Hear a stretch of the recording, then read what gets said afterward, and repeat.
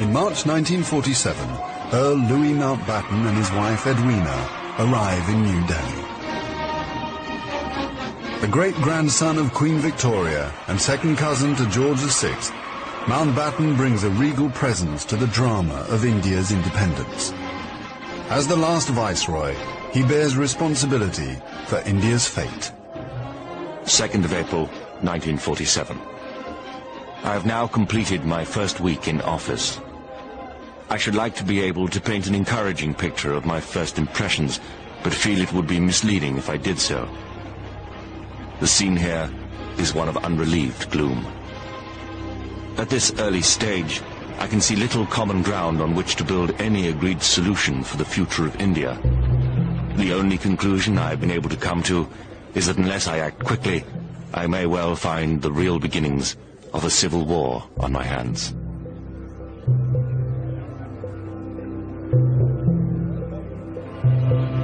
By May, attempts to create a unified India have failed. Gandhi retreats from political life. Muhammad Ali Jinnah, leader of the Muslim League, and Jawaharlal Nehru of the Indian National Congress concede to divide India. Fearing a total loss of control, Mountbatten brings forward the transfer of power to August. Two nations will be created by partition, a secular India and a new homeland for India's Muslims, Pakistan.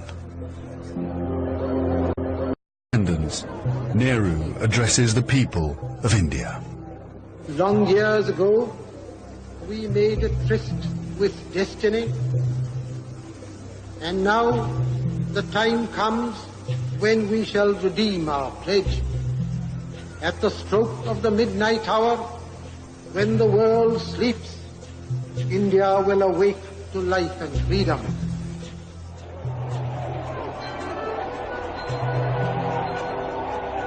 The 15th of August, 1947, the British Empire in India has come to an end. The last viceroy, Louis Mountbatten. The flag raising and the salute were done amid scenes of the most fantastic rejoicing. And as the flag broke, a brilliant rainbow appeared in the sky, which was taken by the crowd as a good omen.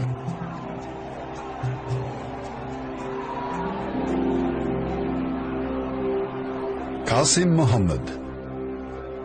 On the 15th of August came freedom. The freedom to burn, loot and murder. While Delhi and Karachi were celebrating, central Punjab was burning.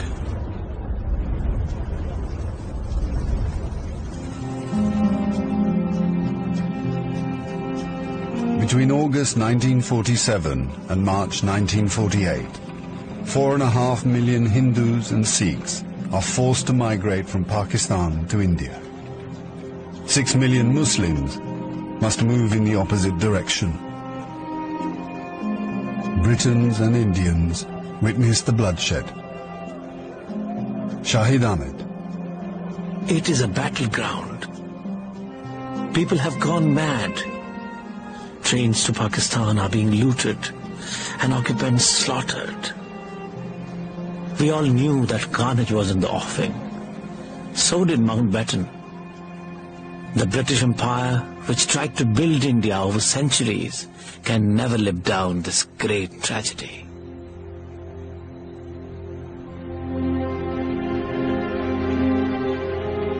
Lieutenant Colonel Hubert Boyd Hudson. The sight from the air was awe-inspiring. In this chaos, millions of refugees were struggling to get to India or Pakistan. Thousands of others were doing their best to prevent them, murdering them by the hundred. But death is nothing. There are things more terrible than death.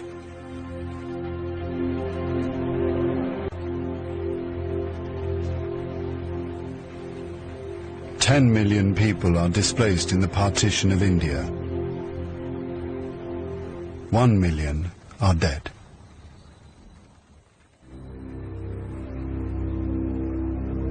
By the summer of 1948, most of the British have left. Hubert Boyd Hudson has been in India for 15 years. India is full of ghosts. Houses I have lived in, now inhabited by Indians, remind me of the days which will never come again. When the Viceroy drove past with a cavalry escort in red coats.